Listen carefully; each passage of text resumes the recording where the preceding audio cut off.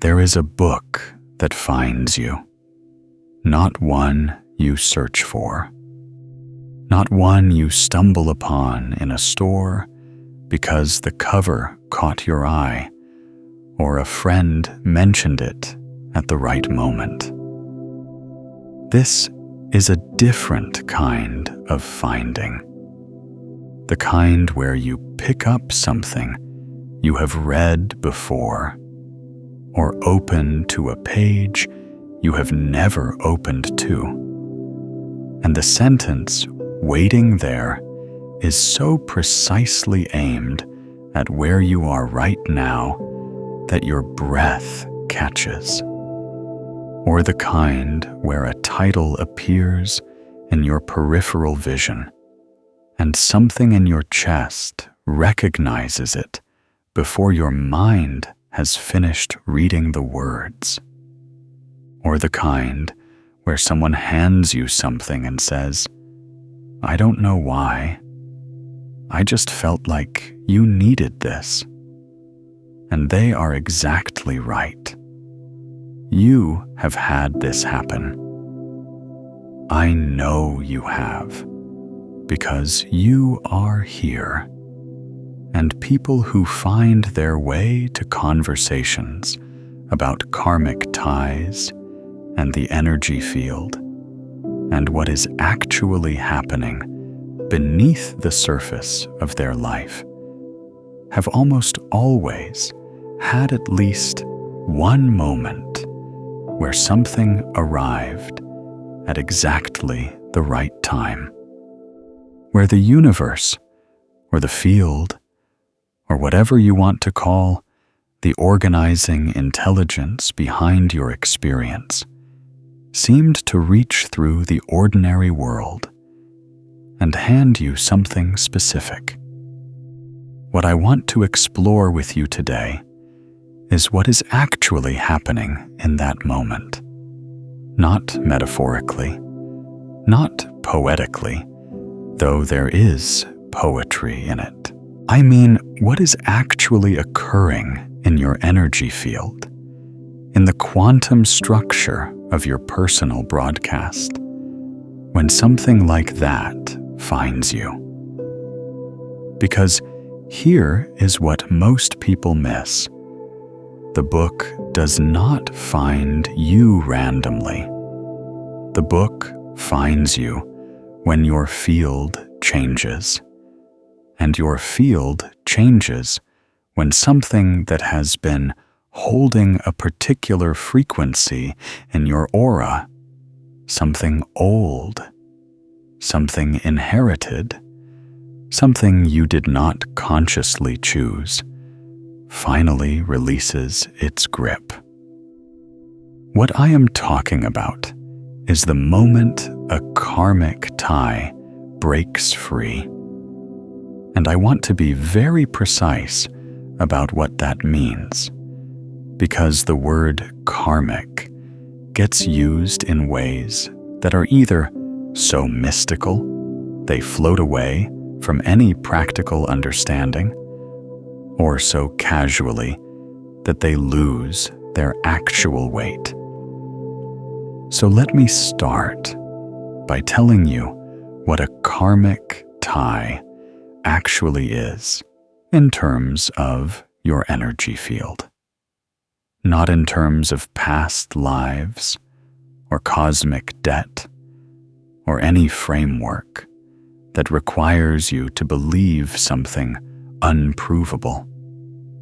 In terms of what is measurably, demonstrably happening in the electromagnetic field that surrounds your body right now.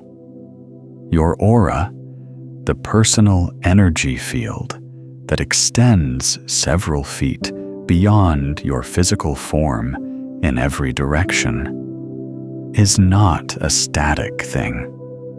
It is not a fixed color, or a fixed size, or a fixed quality.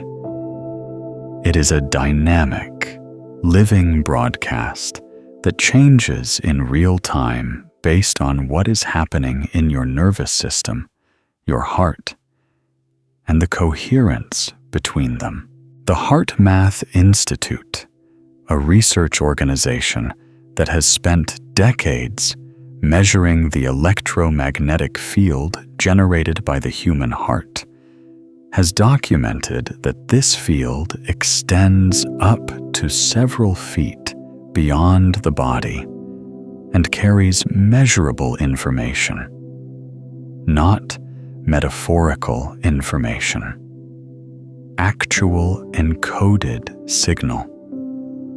The rhythmic patterns of your heartbeat create electromagnetic waves that propagate outward from your chest and interact with the fields of other people, with the spaces you inhabit, and with the quantum probability field that determines what kinds of events and encounters and opportunities can reach you.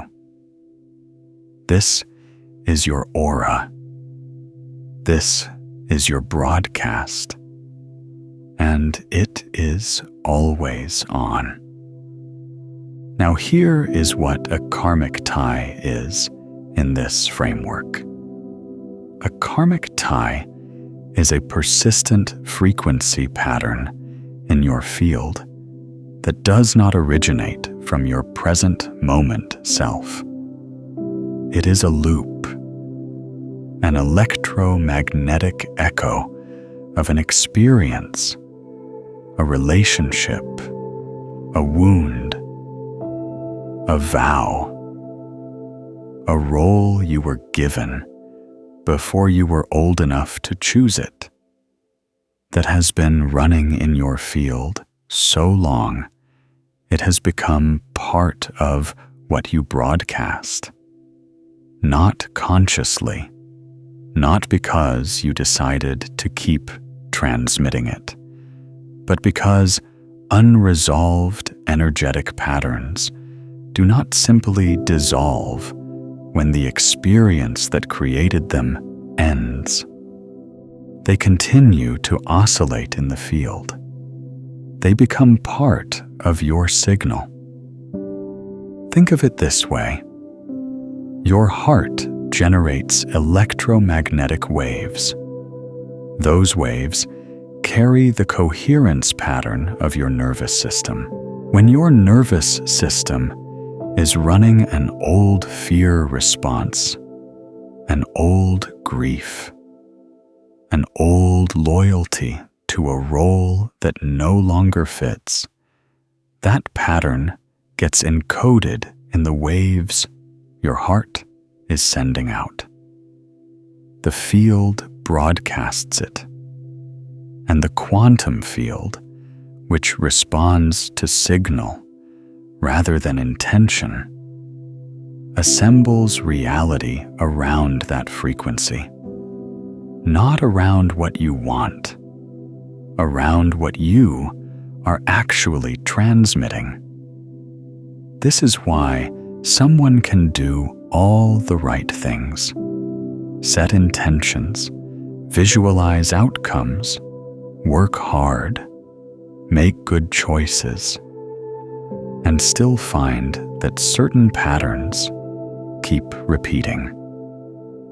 Not because they are cursed, not because the universe is withholding, but because the broadcast underneath the intentions is still running the old frequency. The field is still transmitting the karmic pattern. And until that pattern releases, what reality can deliver to you is shaped and limited by what you are actually broadcasting. The moment it breaks free, everything changes. And that is the moment the book finds you. If this is landing for you, here's something I want to share. Have you spent years trying to feel lit up again? Visualizations, affirmations, vibration work, and the light still won't hold? Every one of those methods is telling you to push harder, do more, add another technique. It's not working, because the issue isn't that you don't have enough light. 6 specific patterns are sitting on top of it. They're called the frequencies of forgetting. The remembering field, a quantum guide to returning to the light. You forgot you were carrying walks through all 5 parts of getting those patterns off you. Every tool you used tried to add more light. This one lifts what's been sitting on the light you already carry. The longer you wait, the harder they get to clear. So go open it tonight. The link is in the pinned comment below. Now let's go deeper into what is actually happening in your field when a karmic pattern begins to release.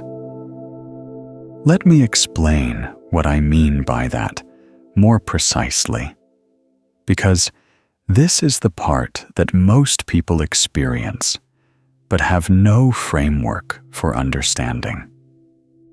When a karmic pattern releases from your field, it does not release quietly. It releases with a shift.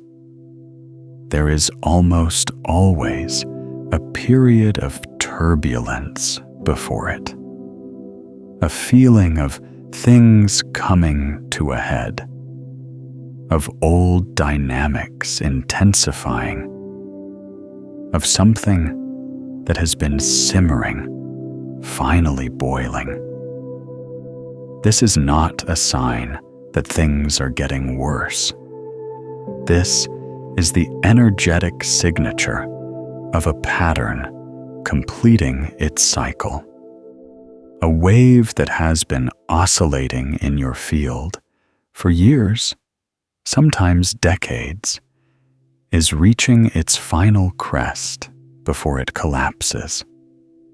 And in the quantum field, a collapsing pattern creates a momentary opening, a window of coherence where new frequencies can enter.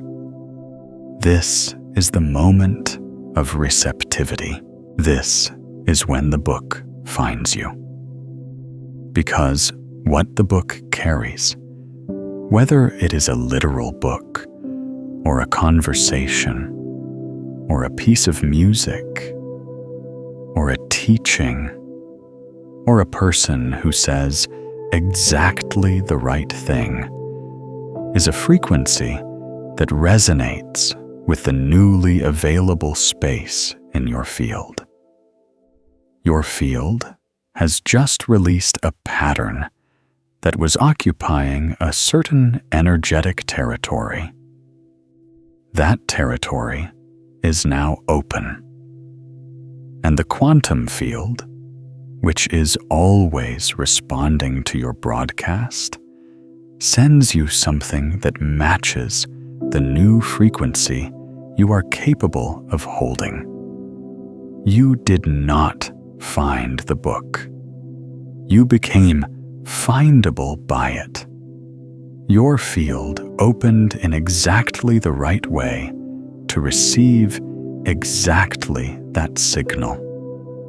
And the reason it feels like recognition, the reason your breath catches, the reason something in you says yes before your mind has processed the words, is because the frequency of what arrived matches the frequency of what just became available in you. Your aura knew it was coming. Your field was ready for it before you were. Now I want to go deeper into what karmic ties actually are in the electromagnetic sense, because understanding the mechanism is what gives you the ability to work with it consciously, rather than just waiting for it to happen to you. The human nervous system is a frequency-generating system. Every experience you have, every emotion, Every relationship, every moment of stress or safety or love or fear creates a pattern of neural firing that has an electromagnetic signature. When an experience is processed fully, when the emotion moves through you completely, when the lesson or the wound or the joy reaches its natural completion, the neural pattern completes and the electromagnetic signature dissolves back into the field's background noise. The energy moves through. But when an experience is not completed, when a relationship ends without resolution, when a grief is suppressed before it finishes, when a role you were given in childhood becomes so deeply embedded that you stopped questioning whether it is actually yours, the neural pattern does not complete. It loops. The electromagnetic signature does not dissolve. It persists. It becomes a standing wave in your personal energy field. Standing waves are a real phenomenon in physics. When a wave reflects back on itself in a confined space, it can create a pattern that appears stationary, a pattern that seems to just be there rather than moving through. In your energy field, this is what a karmic tie looks like at the electromagnetic level. Not a moving, living frequency that is generating and releasing. A standing wave, an oscillation that is neither completing nor evolving, just running, consuming energy, shaping your broadcast, determining what can reach you. And here is the part that matters most practically. Standing waves are not broken by force. You cannot push a standing wave out of existence, trying harder to overcome it, suppressing it, intellectually deciding you are done with it. None of these approaches dissolve the pattern, because they are all operating at the level of the mind, and the pattern is running at the level of the field. The field is deeper than the mind. The field is where the actual broadcast originates. What dissolves a standing wave is a change in the conditions that sustain it. In physics, a standing wave collapses when the resonant frequency of the system shifts, when the reflecting boundary changes, when the energy source that has been feeding the oscillation is withdrawn. In your personal energy field, this means the karmic tie releases when you stop feeding it the same emotional and energetic input that has been sustaining it. When you withdraw the loyalty, the fear, the grief, the identity, the role that has been keeping the wave alive. This is not something you do with your mind alone. It is something that happens in the field.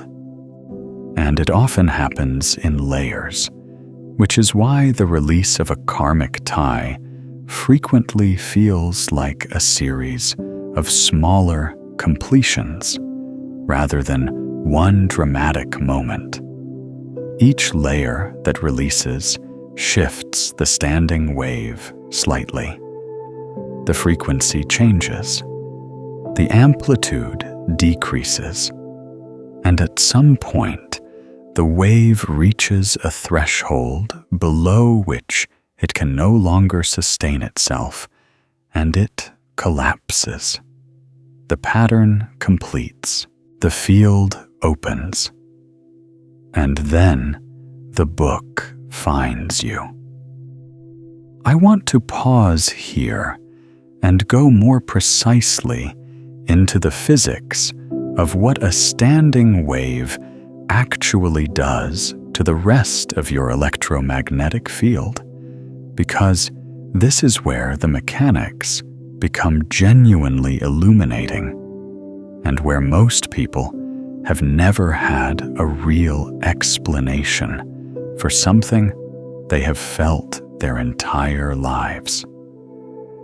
When a standing wave establishes itself in a medium, it does not simply occupy its own space and leave everything else undisturbed. It imposes its frequency on the surrounding medium. In acoustics, a standing wave in a room will cause certain other frequencies to be amplified and certain others to be dampened, depending on how they interact with the standing wave's nodes and antinodes. The presence of the standing wave reorganizes the acoustic environment around it. What you can hear in that room, what frequencies can survive in that space, is shaped by the standing wave that is already there. The same principle applies in your electromagnetic field.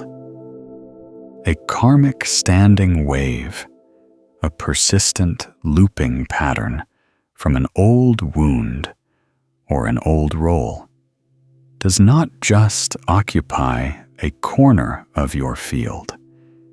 It reorganizes the field around itself. It creates zones of amplification and zones of suppression within your broadcast. Frequencies that are compatible with the standing wave get amplified. Frequencies that are incompatible with it get dampened. This means your field is not broadcasting you equally in all directions and across all frequencies. It is broadcasting a version of you that has been shaped and filtered by the dominant standing waves running in it. This is why people who carry a particular karmic pattern do not just attract experiences that match it. They also fail to attract experiences that contradict it, even when those experiences are genuinely available to them. The dampening effect of the standing wave means that certain kinds of opportunities, certain kinds of connections, certain kinds of recognition simply cannot get through. They exist in the quantum field as genuine possibilities. But your broadcast is suppressing the frequencies that would allow them to reach you. When the standing wave collapses, the dampening lifts. The suppressed frequencies become receivable again. And this is why the period immediately following a karmic release so often feels like a sudden abundance of exactly what was previously absent. It was not absent from the world. It was absent from what your field could receive. The release did not create new possibilities. It restored your access to possibilities that were already there, waiting for your broadcast to stop suppressing them. This is a crucial distinction. The quantum field is not rewarding you for releasing the pattern. It is not a system of merit. It is a system of resonance. When your field changes, what resonates with it changes. The book was always there. You became able to receive it.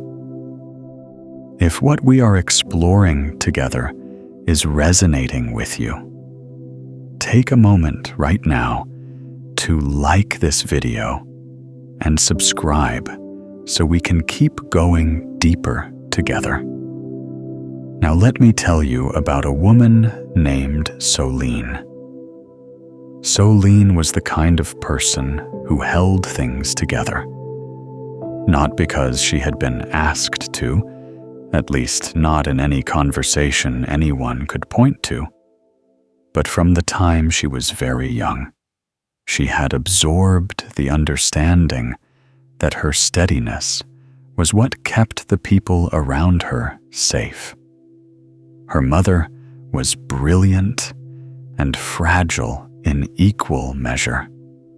Her father was present, but emotionally elsewhere, orbiting the household without quite landing in it. And Solene, the eldest of three, had learned to be the anchor. She learned to read the room before she entered it.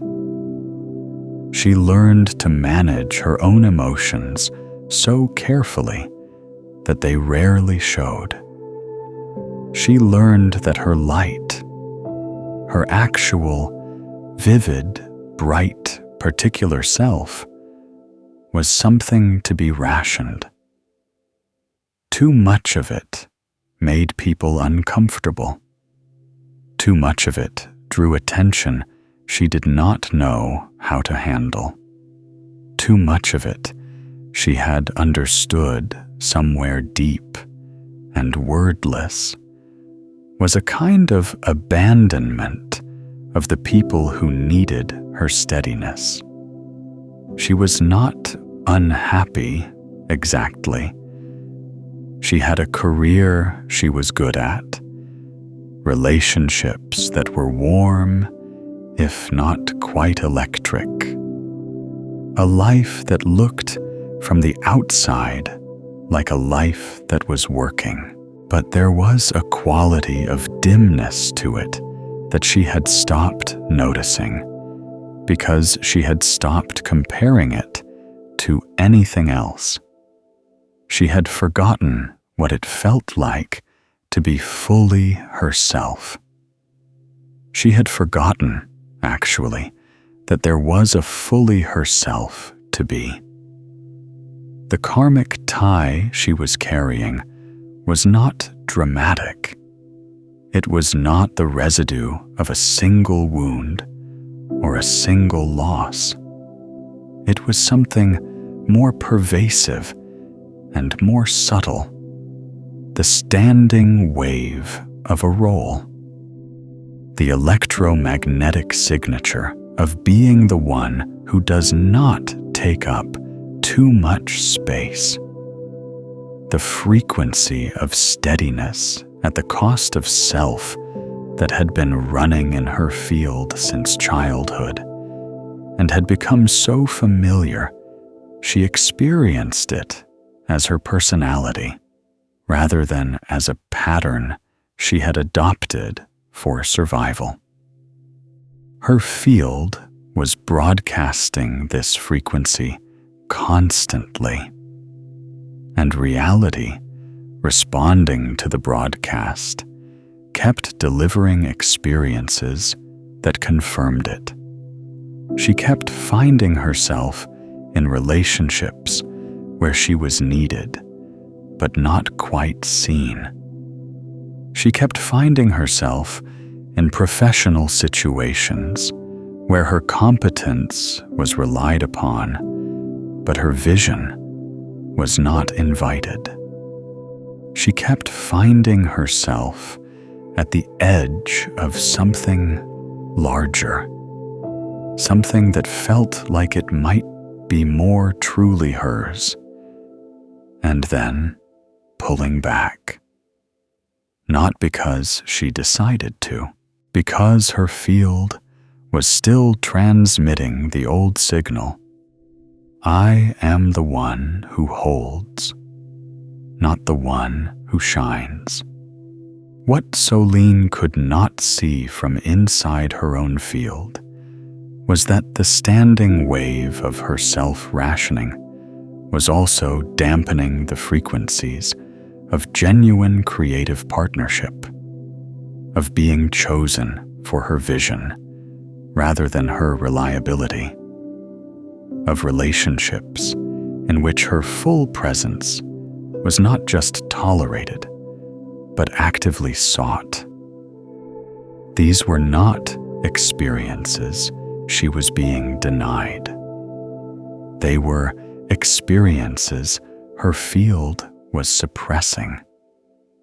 Every time someone who might have seen her more completely came into proximity with her field, the standing wave of her self-diminishment reorganized her broadcast in the familiar direction. And what that person received from her signal was the version of Solene, who was useful, steady, and carefully bounded. The fuller version never quite transmitted. The release, when it came, was not a single moment. It came in the form of a conversation with a friend who said something so precisely true that Solene could not deflect it. The friend said simply, "You have been managing everyone's comfort with your existence for as long as I have known you. And I wonder what would happen if you stopped." The words landed in Solene's field like a stone in water. She felt the ripple move through her, felt something in her chest that was not quite grief and not quite relief, but was some combination of both. Felt the standing wave in her energy field shudder. She did not dissolve into tears. She did not have a dramatic realization. She just sat with the words, and something in her that had been oscillating for 30 years began very slowly to still. What the friend's words had done at the field level was introduce a frequency that was incompatible with the standing wave. Not an aggressive incompatibility, not a confrontation, but a precise one.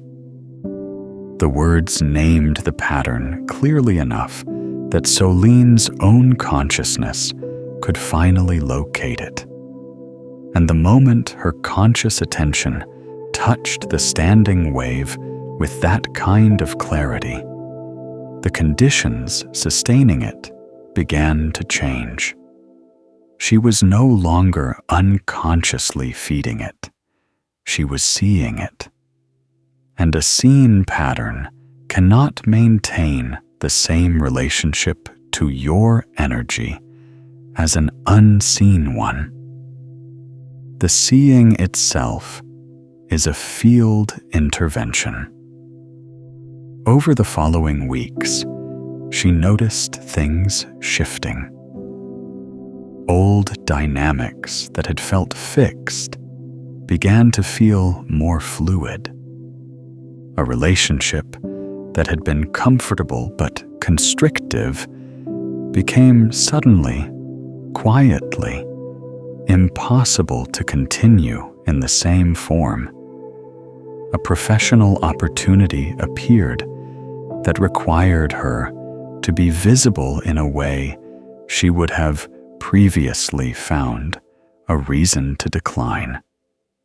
She did not decline it. She did not know why. It was as if the reason she would have given, the familiar, self-protective logic of not taking up too much space, had simply become unavailable to her.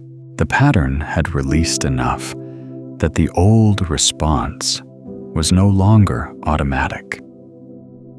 And then, one afternoon, in a small bookshop she had walked past 100 times without entering, she went in.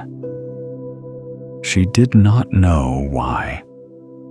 She walked directly to a shelf she had not been looking for and picked up a book whose title she had never heard. She opened it to a random page. The first sentence she read was this: "You were never meant to be the one who holds the light for everyone else. You were meant to be the light." She stood there in the bookshop for a long time, not reading, just feeling what had just happened in her field. The frequency of what was on that page matched something that had just become available in her. The book had found her because she had finally, layer by layer, released enough of the standing wave to become findable by it. This is how it works. Not magically, electromagnetically. Your field changes, and what can reach you changes with it. Now I want to give you something practical, because understanding the mechanics of karmic ties and field release is valuable. But what you actually need is a way to work with this in your own energy field. A way to begin identifying the standing waves, the persistent patterns, the frequencies you have been broadcasting without choosing them, and to begin the process of withdrawing the energy that sustains them. I am going to guide you through a practice right now. This is not a visualization in the generic sense. This is a specific field sensing practice designed to help you locate in your own electromagnetic field a pattern that has been running longer than you consciously chose to run it. And then we are going to begin the process of completing it. Find a comfortable position. You can be sitting or lying down. Let your hands rest open, palms facing upward or resting on your thighs. Take 3 slow breaths, not forced, not dramatic, just long enough that your exhale is slightly longer than your inhale. This activates what the heart math researchers call heart rate variability coherence, a measurable state in which the rhythm of your heartbeat becomes more ordered, more wave-like, less jagged. In this state, your heart's electromagnetic field extends further, and becomes more coherent. You become more sensitive to your own field. You become more able to feel what is actually broadcasting.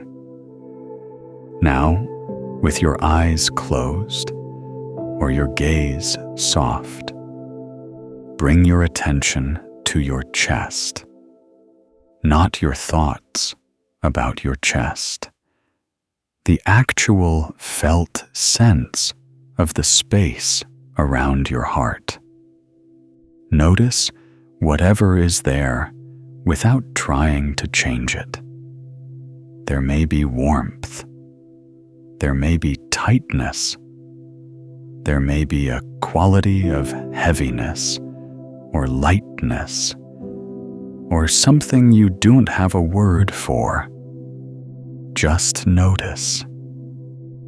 Now ask yourself, not with your mind, with your attention, what is the oldest frequency I am still carrying?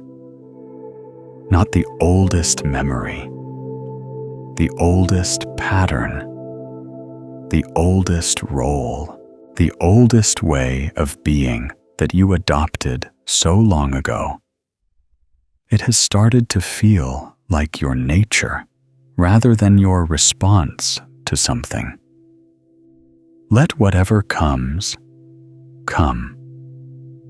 Do not analyze it. Do not argue with it. Just let it surface.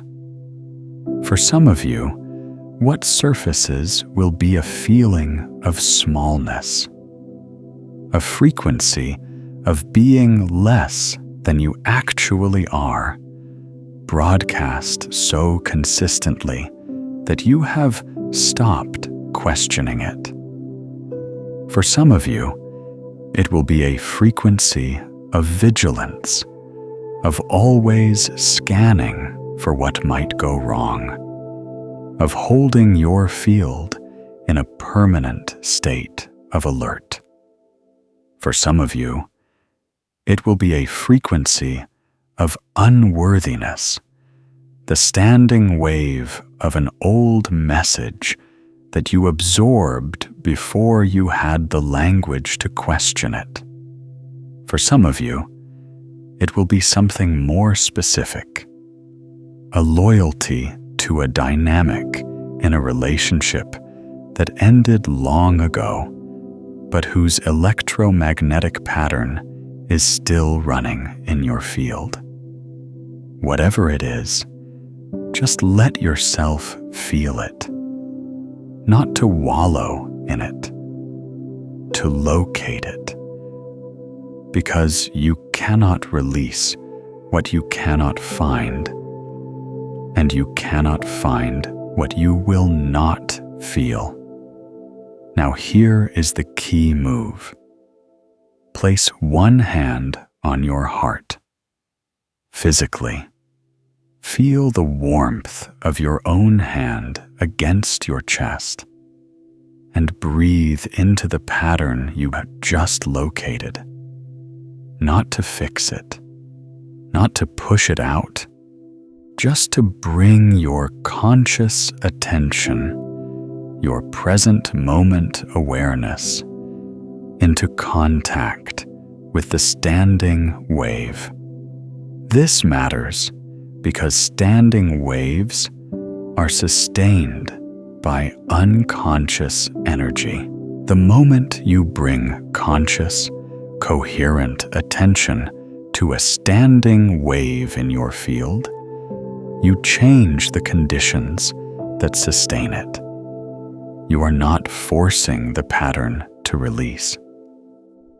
You are withdrawing the unconscious energy that has been feeding it and replacing it with something different, present moment, coherent awareness.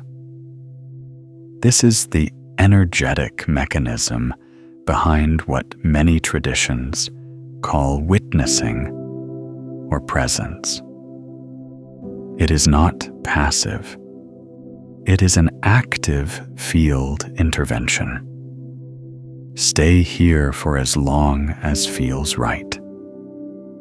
Breathe. Feel.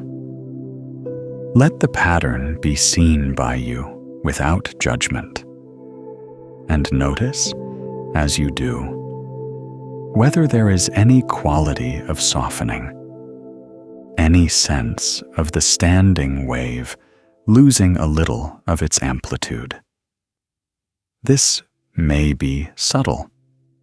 It may feel like a slight easing of tightness in your chest. It may feel like a breath that goes a little deeper than the ones before it.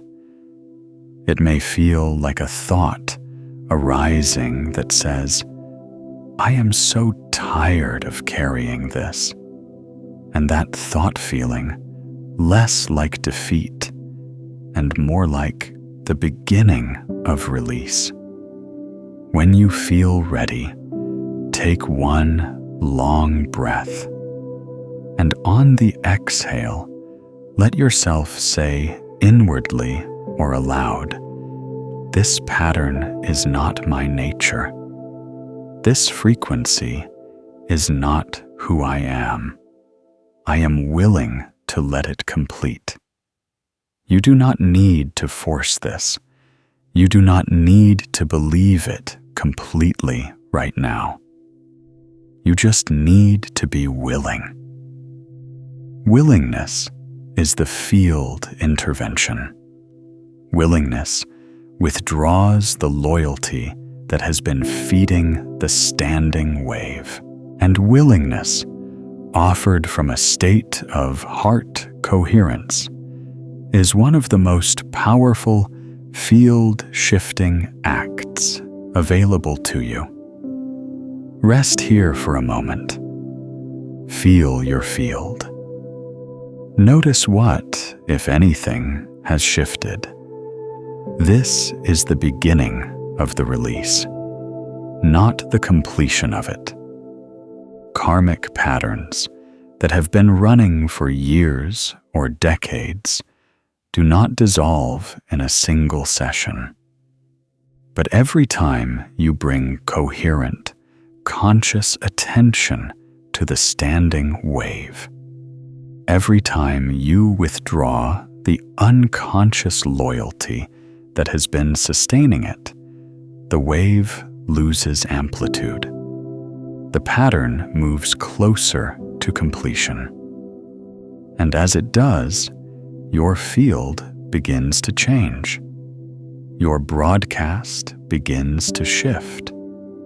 And what can reach you, what the quantum field can deliver to you, begins to expand.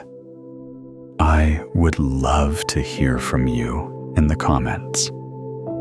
Has there been a moment when you felt your own field shift, when something released, and the quality of what arrived in your life began to change? Share what that felt like. Your experience is part of this collective field, too. Welcome back. Let me show you the next layer. There is a phenomenon in electromagnetic field theory called entrainment. It is the tendency of two oscillating systems that are in close proximity to begin synchronizing their frequencies. This was first documented in the 17th century by the Dutch physicist Christian Huygens, who noticed that pendulum clocks mounted on the same wall would, over time, synchronize their swings even when started at different times. The wall transmitted the vibration of each clock to the others, and the system as a whole settled into a shared rhythm. Entrainment is not a metaphor. It is a measurable physical phenomenon that occurs between any two systems capable of oscillation. Your energy field entrains with the fields around it. This is happening constantly, and most of it you never chose. The people you spend the most time with, the environments you inhabit regularly, the emotional tones of the relationships you are embedded in.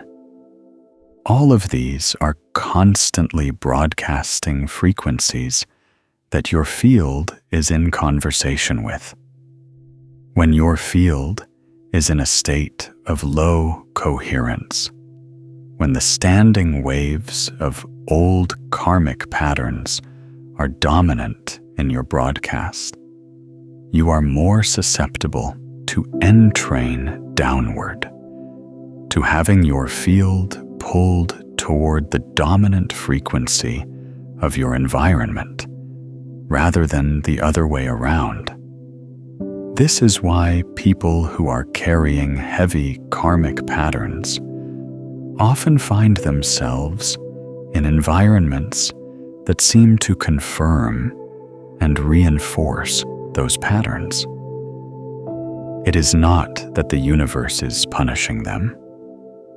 It is that their field, broadcasting the old frequency, is entrained with environments that match it. And because entrainment is a two-way phenomenon, being in those environments reinforces the pattern, which reinforces the entrainment, which makes it harder to shift the broadcast. What most people do not realize is that entrainment has a directionality that depends on amplitude.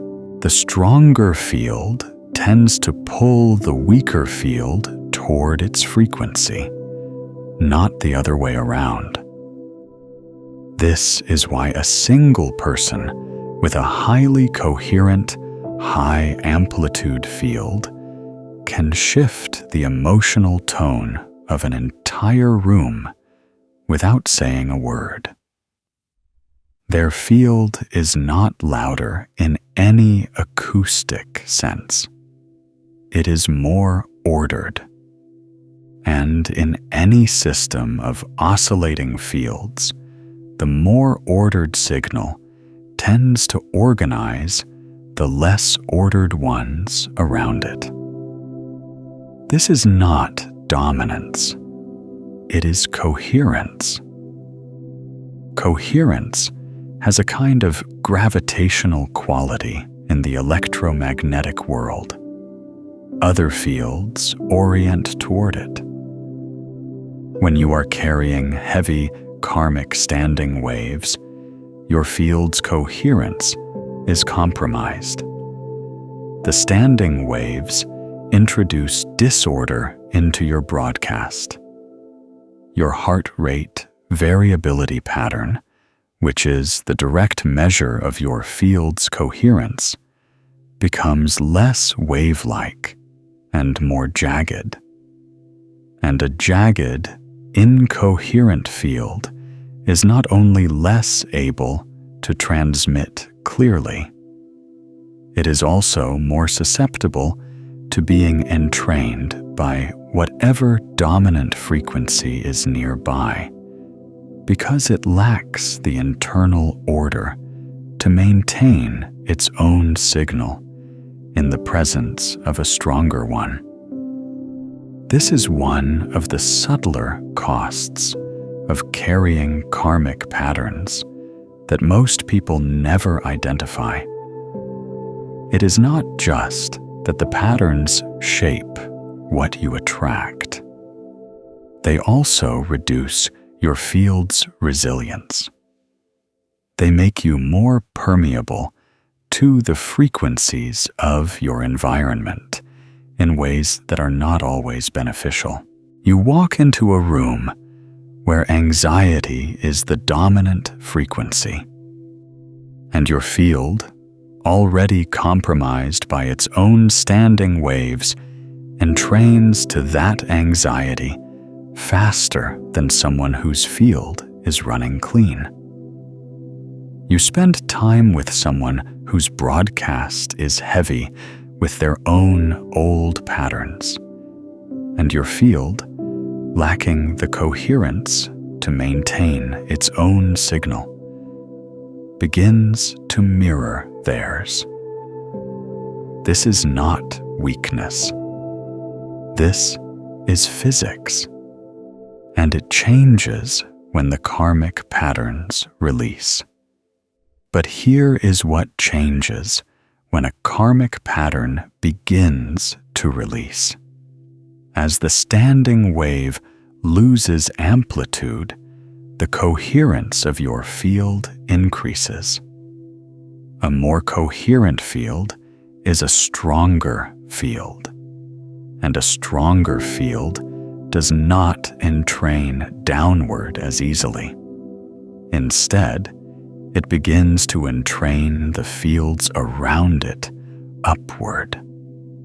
This is the phenomenon that explains why some people seem to raise the energy of every room they enter, why some presences make people feel more alive and more themselves, why some relationships feel like they expand you rather than contract you. These are not personality traits. They are field characteristics. They are the measurable result of a coherent, high amplitude personal energy field that is broadcasting a clear, present moment signal rather than a looping karmic pattern. When your field reaches a certain level of coherence, something else happens too. The quantum field, which is always responding to your broadcast, begins delivering experiences that match the new frequency rather than the old one. This is not instantaneous. There is a lag, just as there is a lag in the physical world between planting a seed and seeing a plant. But the shift in what arrives in your life begins to become perceptible. New people appear who feel different from the ones who came before.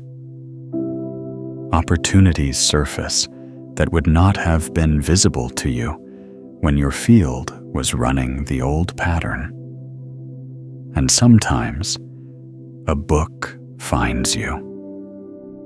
The book, in this context, is a symbol for something broader. It is any piece of information, any encounter, any experience that carries a frequency precisely matched to the newly available space in your field. It could be a literal book.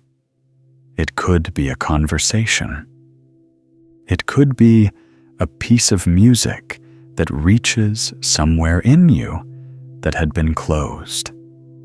It could be a moment of silence in which you hear something you could not hear before because the standing wave of the old pattern was too loud. What all of these have in common is that they arrive. You do not hunt them down. You do not engineer the encounter. You become findable by them because your field has changed enough to receive them.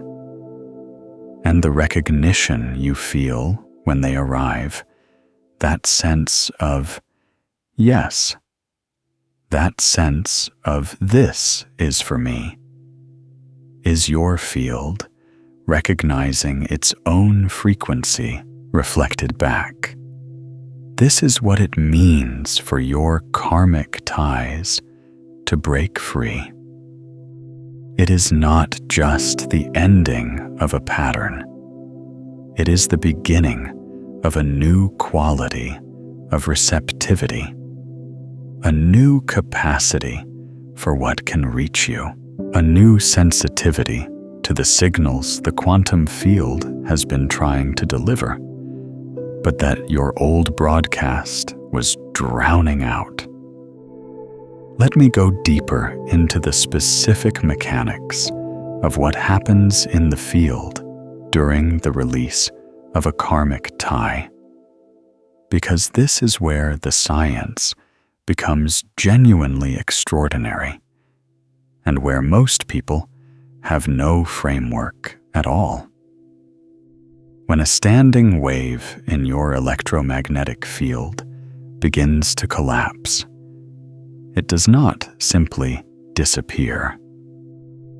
The energy that was bound up in the oscillating pattern is released. In physics, this is called the release of stored potential energy, and it is always accompanied by some kind of emission.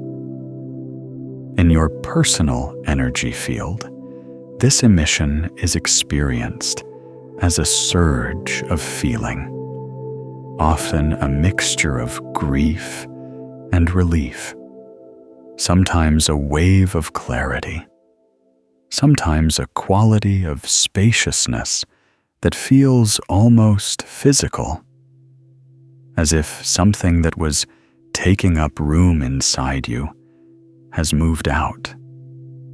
This is not imagination.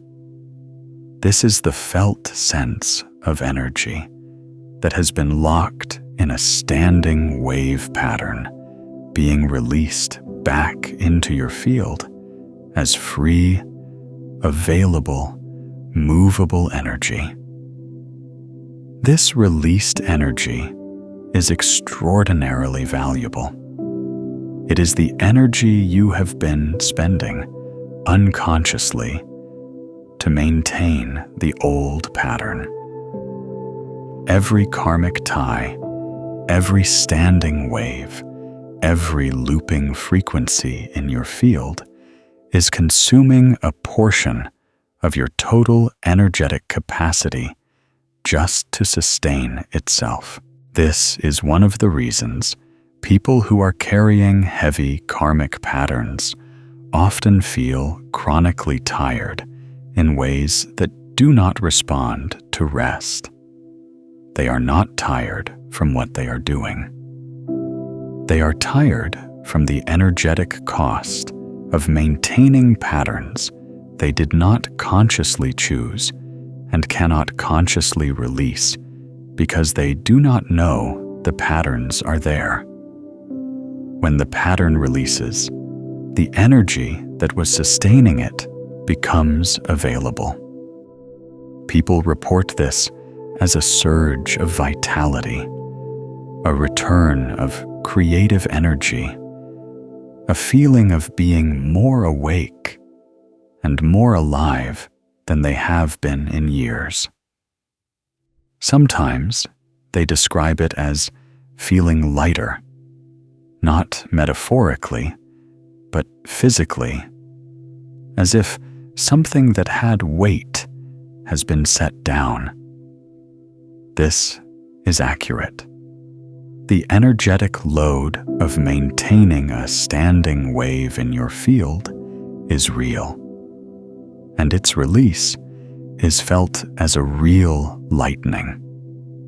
This newly available energy is also what your field uses to broadcast at a higher amplitude.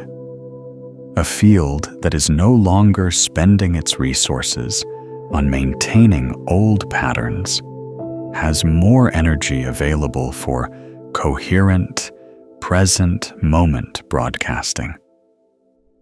This is why the release of a karmic tie is so often followed by a period of unusual clarity, unusual creativity, unusual magnetism. It is not that you have become a different person. It is that you have stopped spending your field's energy on the past, and it is now fully available for the present. And the present moment is where the quantum field operates.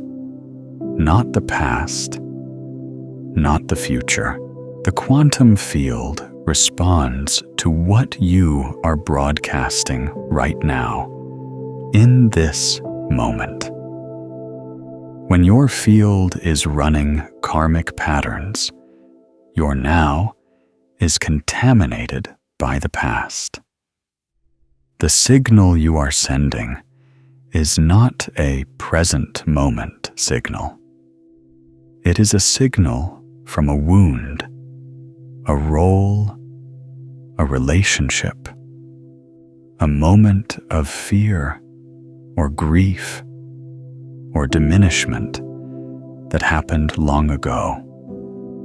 And the quantum field, which cannot distinguish between a present moment signal and a looping past moment signal, responds to the past as if it is the present.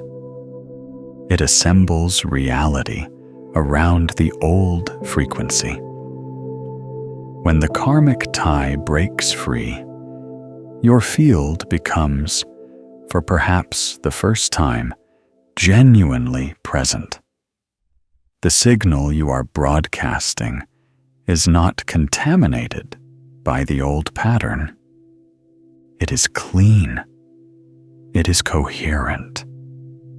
It is actually you, not the you that was shaped by what you survived, but the you that exists in this moment, with this awareness and this capacity.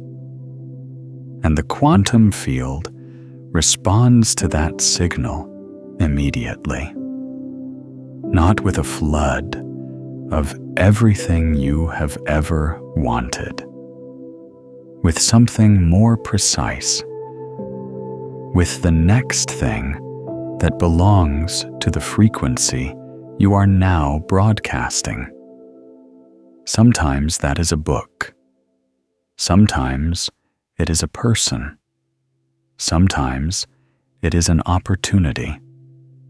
Sometimes it is a moment of recognition so complete that you feel, for the first time in a long time, like you are actually in your own life rather than managing someone else's version of it. This is what it feels like when your karmic ties finally break free. Not triumph, not arrival, something quieter and more profound than either of those. A quality of rightness, a sense of your field settling into a frequency that is actually yours. A recognition that the signal you are now broadcasting is not an echo of the past, but an expression of the present. And a deep, cellular knowing that what comes next, whatever finds you in this new frequency, is going to be different from what has come before. Because it is. Because you are different. Not in the ways people usually mean when they say that. Not in your history, or your circumstances, or your resume. Different in your broadcast. Different in what your field is transmitting. And therefore, different in what reality can assemble around you. Let me tell you about a man named Aurelio. Aurelio had spent 40 years being the person who never asked for anything. Not because he was selfless, though he would have said he was, but because somewhere in his early life he had absorbed a lesson so completely that it had become invisible to him. That wanting things was dangerous, that expressing need made you vulnerable in ways that cost more than the thing you wanted was worth, that the safest way to move through the world was to be useful to others and have no visible needs of your own. He was good at this, extraordinarily good. He had built a career around it, a career in which he was indispensable, relied upon, deeply valued, and never quite seen as a full person with his own interior life. He had built relationships around it too, friendships, and a marriage in which he was the steady one, the reliable one, the one who showed up, and in which his own depths were rarely invited to surface. The karmic pattern Aurelio was carrying was the frequency of self-erasure in service of safety. The standing wave in his field broadcast, "I am here for you. I am not here for me."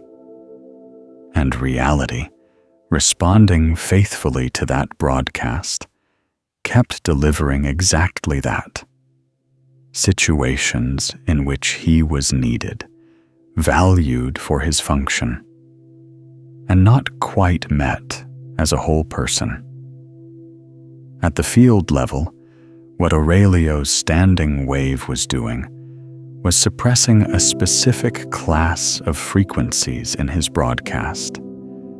The frequencies of desire, the frequencies of personal vision, the frequencies of a person who has his own direction and is moving toward it.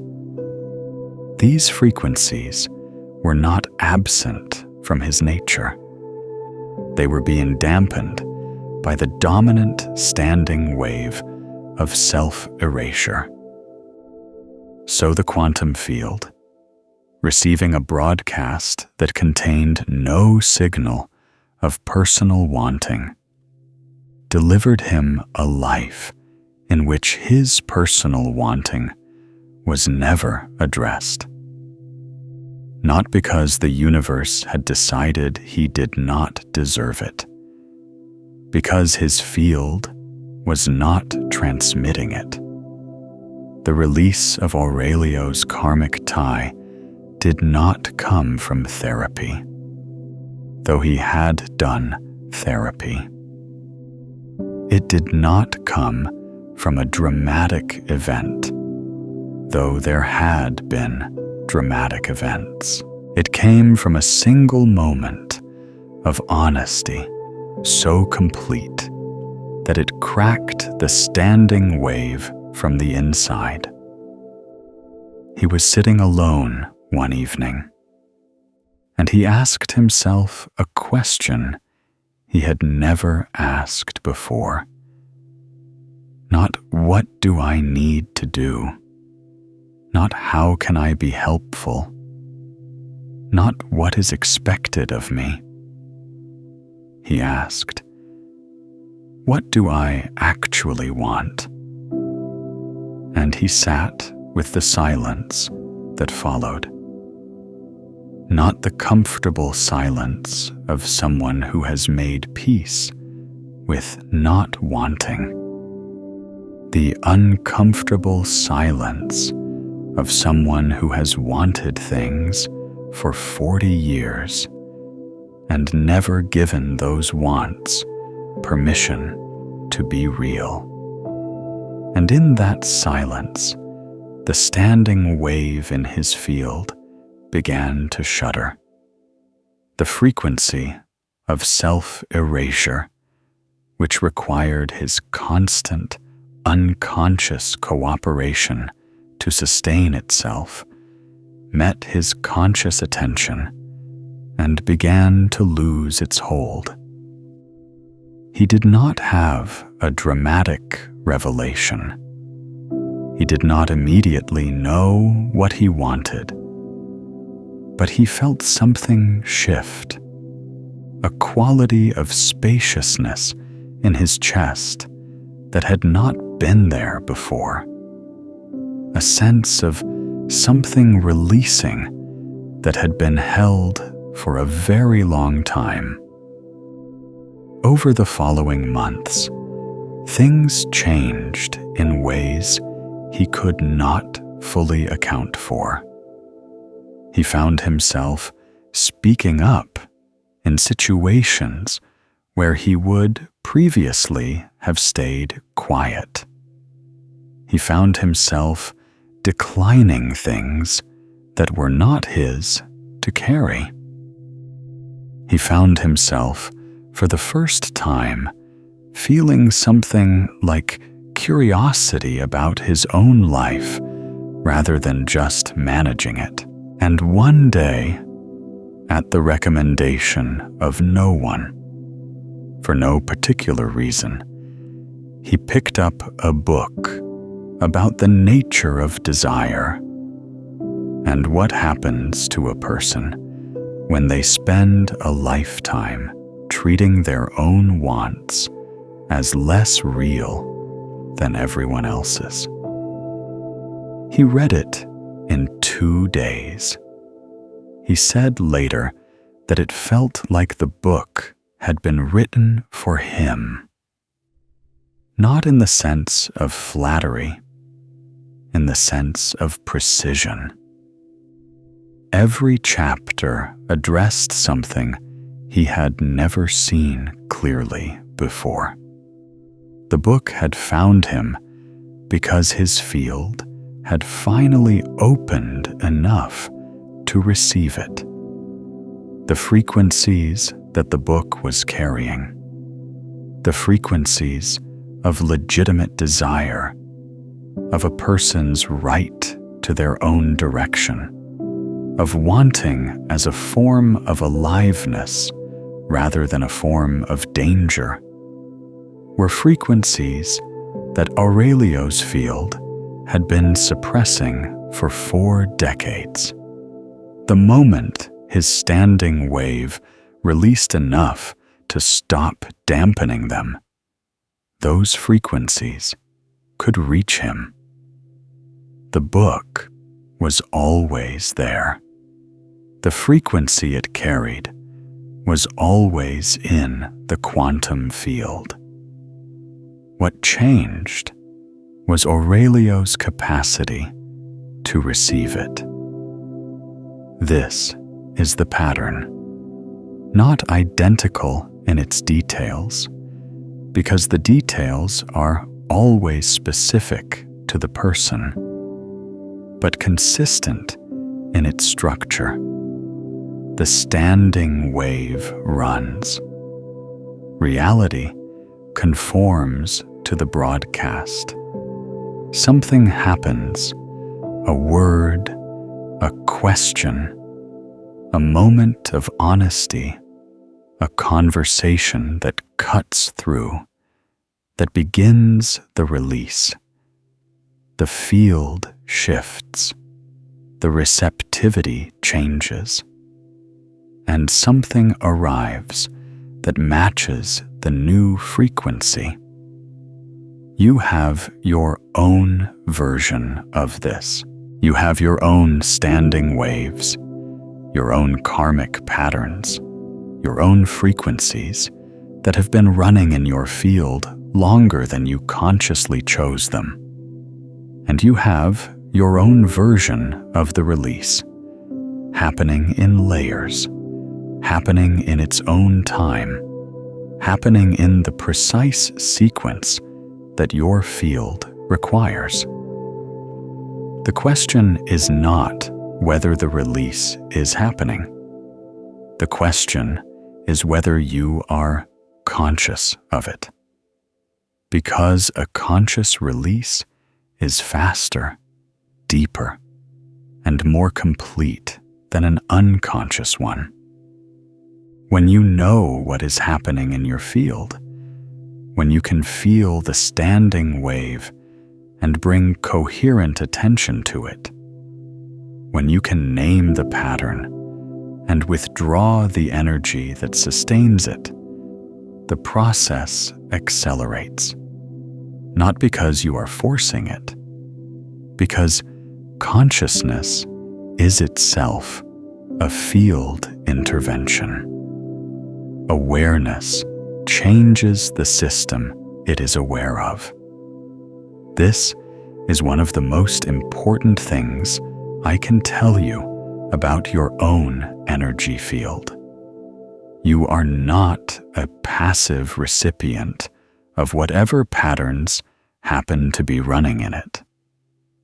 You are a conscious being capable of bringing awareness to your own broadcast and changing it, not by force, not by suppression, by the quality of attention you bring to what is actually there.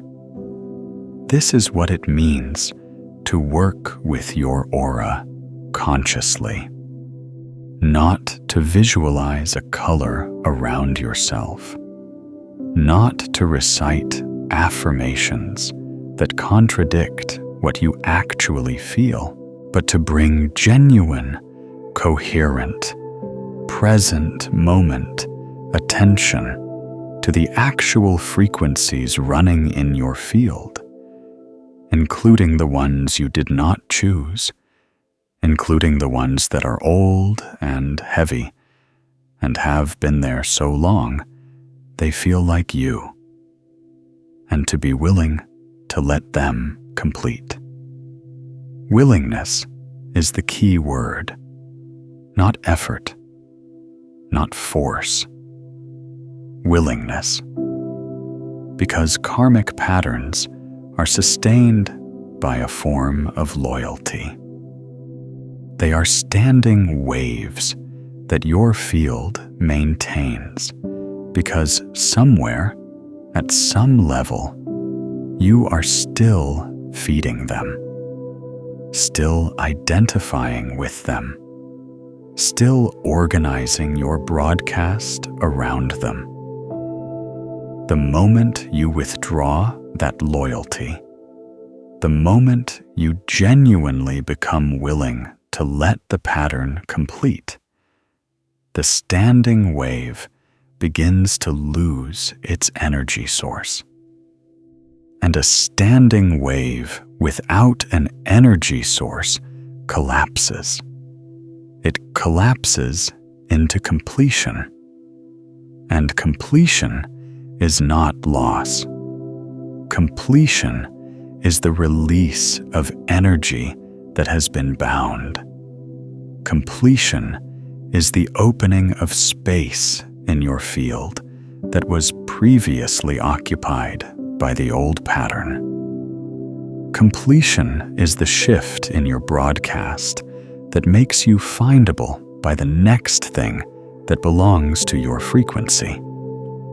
I want to address something that often comes up when people begin to feel their karmic patterns releasing. There is frequently a period of disorientation, a sense of not quite knowing who you are without the old pattern, a quality of groundlessness that can feel alarming if you do not understand what it means.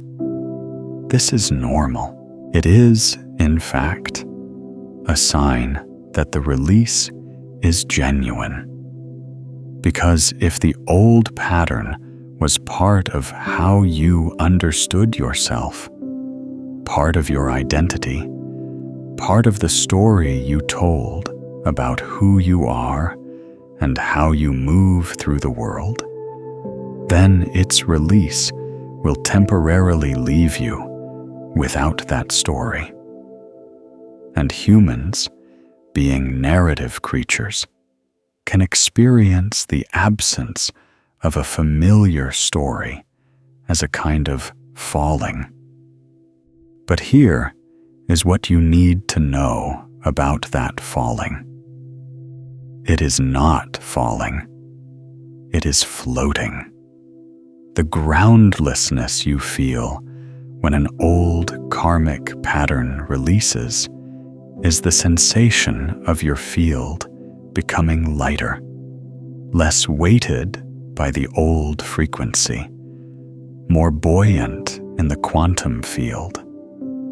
What feels like losing your footing is actually your field rising. What feels like disorientation is actually your broadcast becoming clearer. What feels like not knowing who you are is actually the first honest moment of not being the old pattern, which means it is the first moment of being more genuinely yourself than you have been in a long time. The disorientation passes. It always passes. And what it passes into is not a new version of the old pattern. It passes into a quality of presence, of aliveness, of genuine engagement with your own life that the old pattern was preventing. The groundlessness gives way to a different kind of ground, not the familiar ground of the old frequency, but the real ground of your own coherent field broadcasting its actual signal. And from that ground, things find you, things that could not find you before. Things that match the frequency of who you actually are, rather than who you learned to be. Books, people, opportunities, moments of recognition, moments of genuine connection, moments of feeling, perhaps for the first time, that your life is assembling itself around something true. There is something else worth naming here, something that happens in the disorientation period that most people do not recognize for what it is. When the old standing wave collapses and the field is in transition, there is often a brief window of unusual sensitivity. Colors seem more vivid. Conversations feel more meaningful than they should. Small things, a particular quality of light in the afternoon, a stranger's expression, a line from a song you have heard 100 times, suddenly carry weight they did not carry before. This is not sentimentality.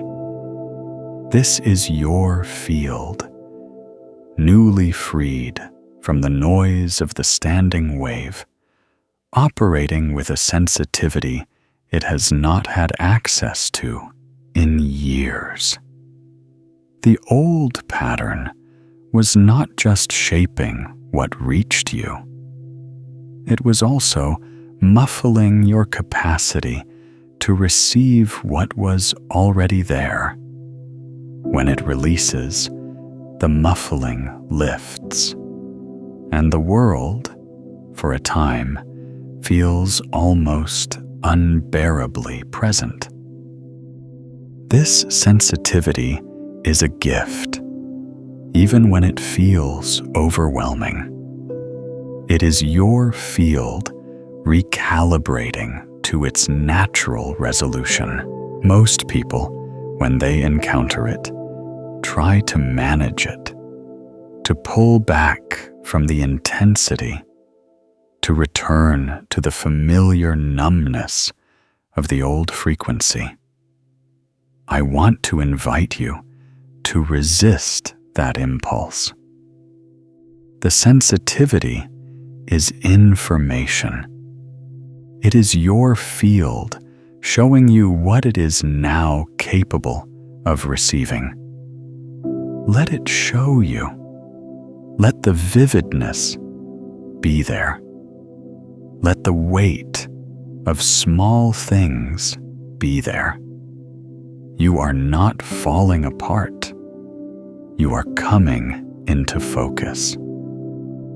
Tell me in the comments, have you ever walked into a room and felt your energy shift the atmosphere?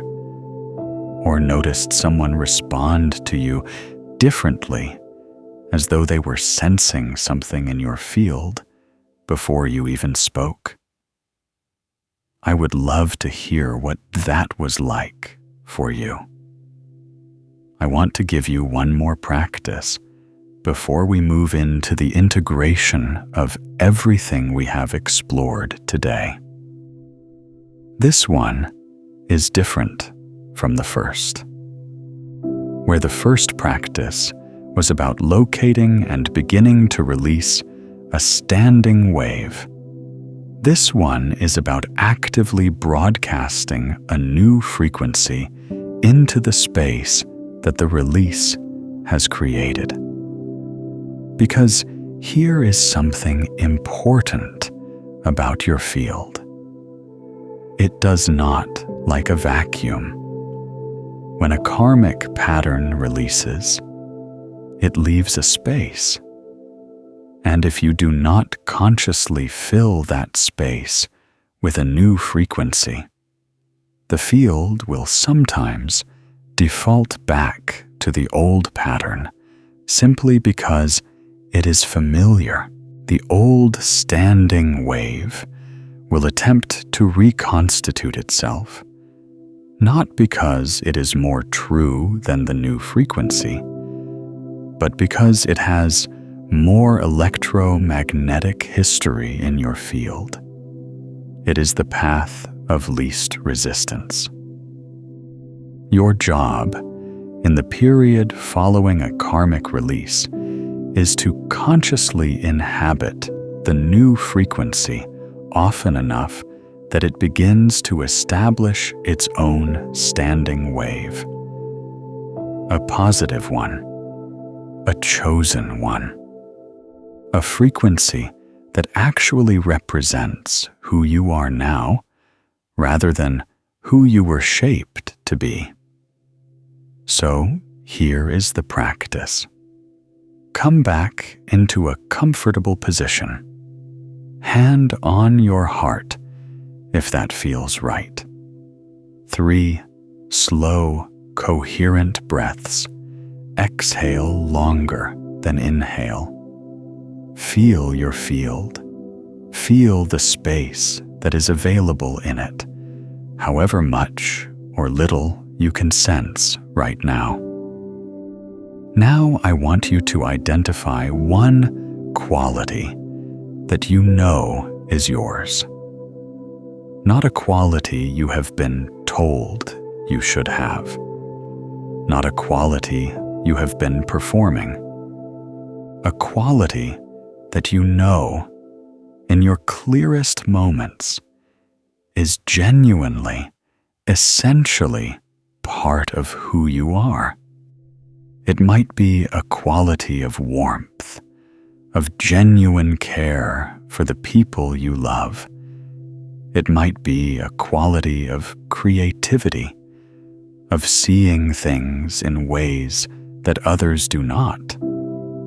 It might be a quality of courage, of being willing to stay present in difficult moments.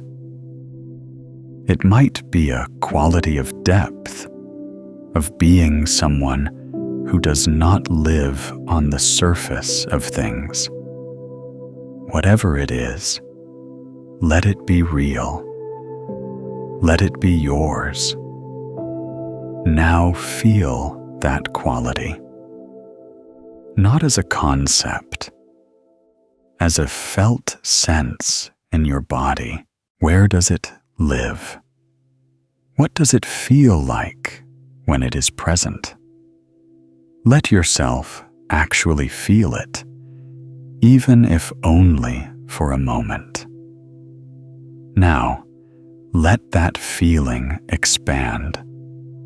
Let it move from wherever it lives in your body outward into your chest, into your heart, into the electromagnetic field that your heart is generating and broadcasting.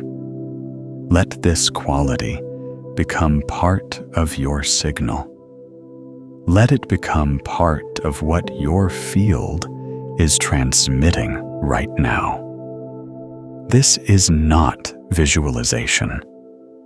This is field work. You are using the felt sense of a genuine quality to generate a coherent electromagnetic signal that carries that frequency outward into the quantum field. The HeartMath researchers have documented that positive emotional states, when genuinely felt rather than performed, create measurably more coherent heart rate variability patterns, which means more coherent electromagnetic field emission. You are not pretending to feel something.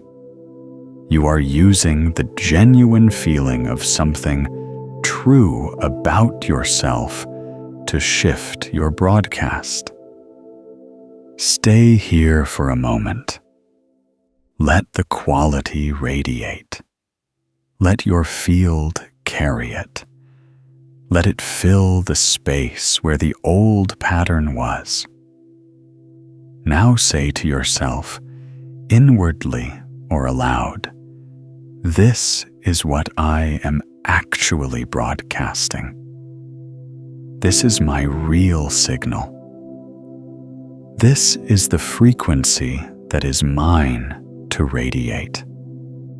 And feel the truth of that, even if it is unfamiliar, even if the old pattern is still present at the edges. The new frequency is here, in this moment, in your field, and every time you return to it, it gets stronger. Every time you consciously inhabit it, it establishes itself more deeply in your broadcast. Every time you choose it over the old default, the old standing wave loses a little more amplitude, and the new frequency gains a little more.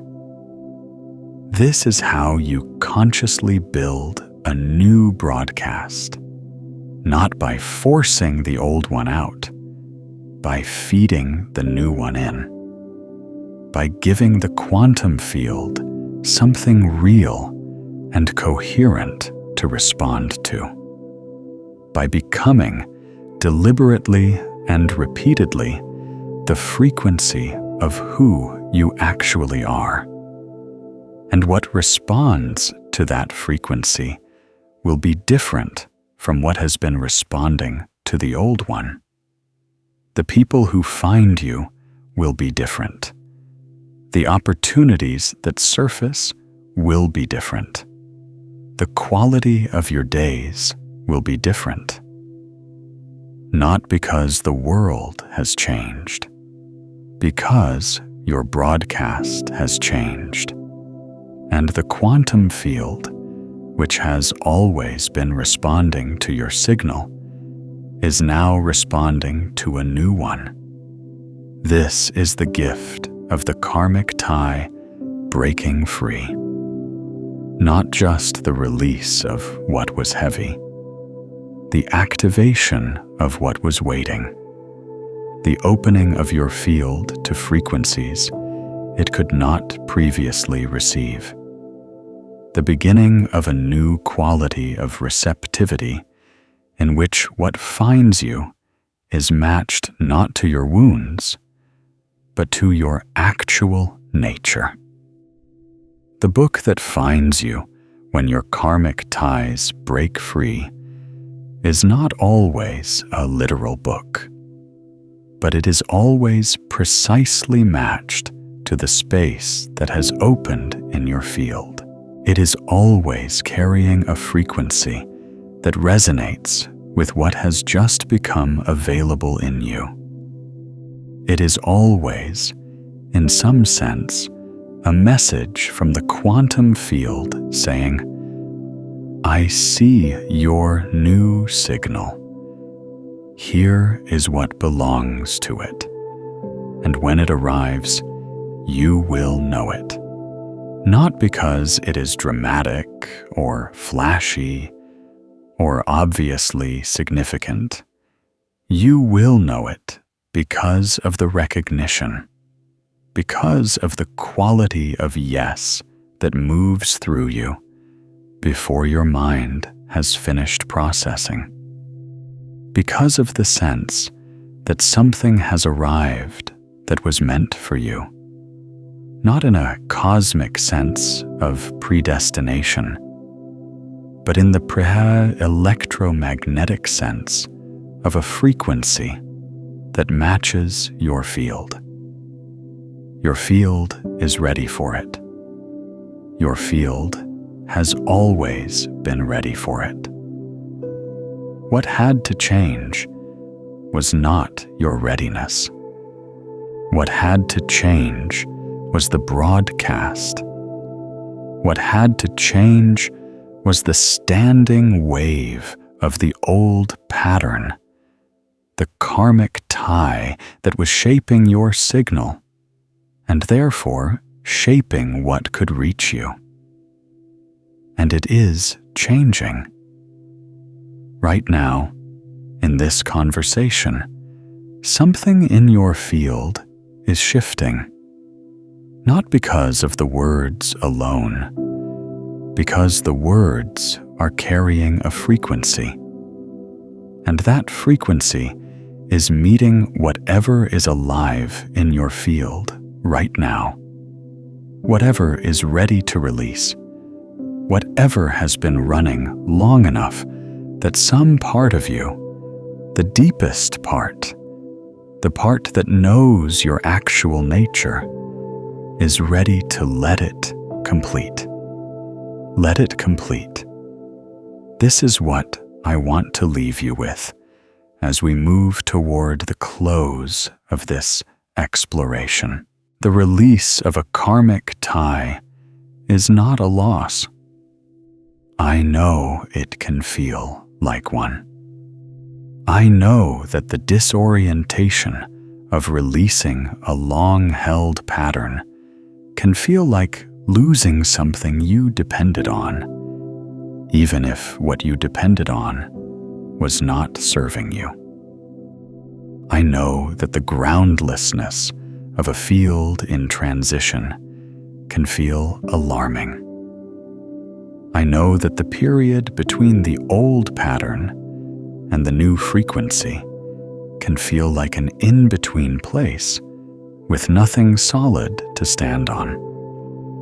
But that in-between place is sacred. It is the quantum threshold between what you have been broadcasting and what you are becoming capable of broadcasting. It is the moment of maximum openness, of maximum receptivity, of maximum sensitivity to what the field is trying to deliver. It is the moment when books find you, when the right words appear at the right time, when the conversation you needed happens without being engineered. When something arrives that is so precisely matched to where you are that you feel, briefly but completely, that the universe knows you and is in communication with you. It is, not through mystical intervention, through the precise, measurable, electromagnetic mechanism of field resonance. Your field sent a signal. The quantum field responded. What arrived is a match for what you broadcast. And what you broadcast has changed because something old has released. This is the physics of grace. This is the quantum mechanics of what ancient traditions called karma, completing itself. Not punishment and reward, not cosmic accounting.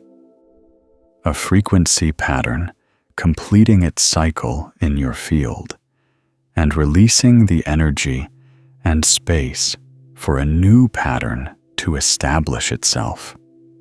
A broadcast changing, a new signal going out, a new quality of experiences, encounters, and recognitions becoming possible. You are in this process, whether you have been conscious of it or not, whether you have the language for it or not, whether it has been happening slowly over years or has recently accelerated. You are in the process of releasing frequencies that are not yours and establishing the ones that are. You are in the process of becoming conscious of your own broadcast. You are in the process of moving from an unconscious radiator of old patterns to a conscious radiator of your actual nature. And the field is responding. It is always responding. It cannot do otherwise. It responds to signal, and your signal is changing. What finds you next will be a reflection of that change. Not immediately, not all at once, but with a precision that will, in retrospect, feel like it was always meant to happen exactly this way. Because in the quantum field, what is meant is not predestined. It is resonant. It is the natural result of a frequency meeting its match, of a broadcast finding its response, of a field that has opened becoming findable by what belongs to it. Your karmic ties are releasing. Some of them have already released, and you are living in the new frequency without fully recognizing it yet. Some of them are in the process of releasing right now, which is why you are here, why this conversation found you, why something in you recognized this as relevant before you could articulate why. And some of them will release in the days and weeks ahead. As the coherent attention you have brought to your field today continues to work in the quantum layer beneath your conscious awareness, all of it is happening in the right sequence. All of it is happening at the right pace. Your field knows what it is doing, even when your mind does not. Your aura is navigating this process with a precision that your analytical mind cannot replicate, because your field is operating at the quantum level, where the real mechanics of your experience are determined. Trust your field.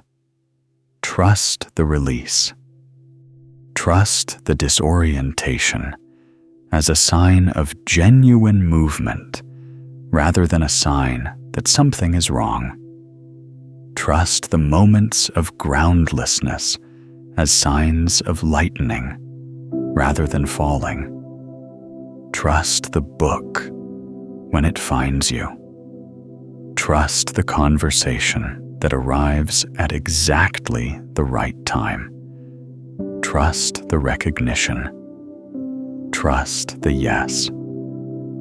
And know this: the frequency you are moving toward, the signal you are becoming capable of broadcasting as the old karmic patterns complete and release, is not something you have to build from scratch. It is not something you have to earn or deserve or become worthy of.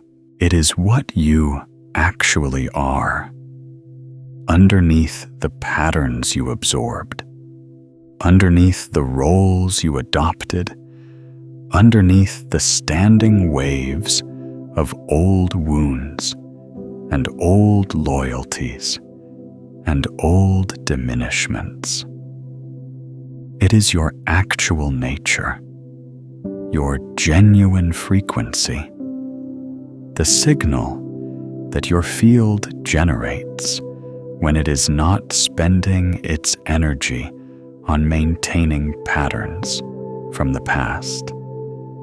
The broadcast of who you are in this moment, in this life, with this awareness and this capacity and this particular quality of light that is yours and no one else's. That signal is extraordinary. That frequency is powerful.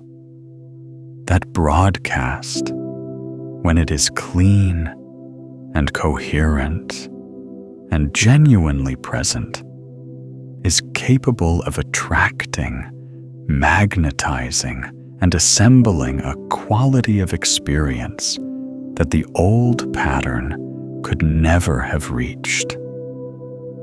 You are not becoming something new. You are becoming more fully what you have always been.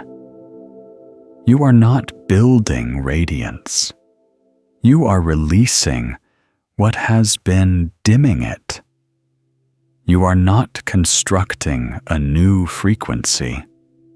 You are clearing the interference so that your actual frequency can broadcast without obstruction. And when it does, when your signal is clear and your field is coherent and your broadcast is genuinely yours, what finds you will astonish you. Not because it comes from nowhere, but because it comes from everywhere that your frequency has been calling to all along, beneath the noise of the old patterns. The quantum field has been holding it in potential, waiting for your signal to become clear enough to receive it. It is becoming clear. Right now, in this moment, with this conversation, with this awareness, with this willingness to let the old patterns complete and the new frequency establish itself. Your karmic ties are releasing. Your field is opening. Your broadcast is changing. And what finds you next will know exactly where to look for you. Because your light is on. It has always been on. Now, finally, nothing is standing in the way of it. If this conversation found you at the right moment, consider returning to it during morning stillness, before the day has shaped your field, or in the quiet before sleep, when the field is most receptive and the layers go deepest. And if someone in your life is dimming without knowing why, share this with them. When you send this to someone whose light needs reminding, you are not just passing along a video. You are activating their awareness of their own field. And that activation creates a resonance between your auras that strengthens both. Every share extends the ripple of this frequency outward into the collective field. Before we close, I want to offer you one thing to carry with you into the days ahead. One practice, one orientation, one way of relating to your own field that will support the continued release of karmic patterns and the establishment of your genuine broadcast.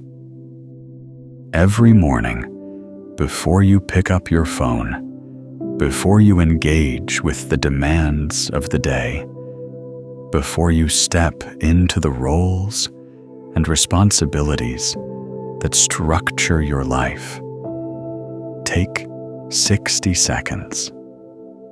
Just 60 seconds. Place your hand on your heart. Take 3 coherent breaths. And ask yourself this question: what is my actual signal right now? Not what do I need to do? Not what is expected of me? Not what am I worried about? What is my actual signal? What is my field broadcasting in this moment, before the day has shaped it? Before the old patterns have had a chance to reassert themselves, before the noise has built up? Whatever you find, just notice it.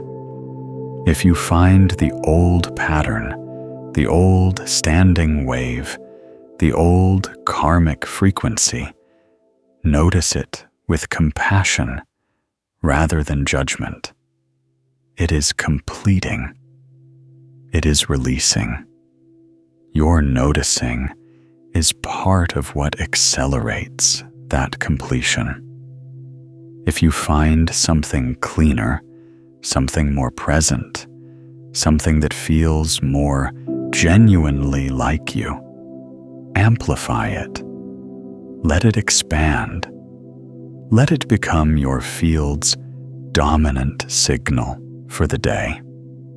This 60-second practice, done consistently, is one of the most powerful field interventions available to you. Not because it is complicated, because it is consistent, because it trains your consciousness to return to your own field before the day has a chance to entrain you away from it, because it gives you a daily reference point for what your actual broadcast is, which is the first step toward making it conscious. and a conscious broadcast is infinitely more powerful than an unconscious one. Do this for 30 days. Not as a discipline, as a curiosity, as an experiment in becoming conscious of your own signal. And notice, at the end of those 30 days, what has found you? What has arrived? What has shifted in the quality of your experience? What books have appeared? What conversations have happened? What recognitions have occurred? The quantum field is always responding to your signal. When you become conscious of your signal, you become conscious of the response. And when you become conscious of the response, you begin to see the precise, measurable, electromagnetic relationship between what you broadcast and what reality assembles around you.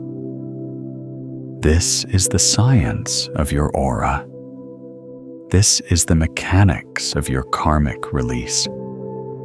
This is the physics of what happens when the frequencies you did not choose finally complete, and the frequency you actually are finally broadcasts, without interference. Your field is extraordinary. Your signal is real. Your broadcast is changing. And what finds you next already knows your frequency. Welcome to your own light.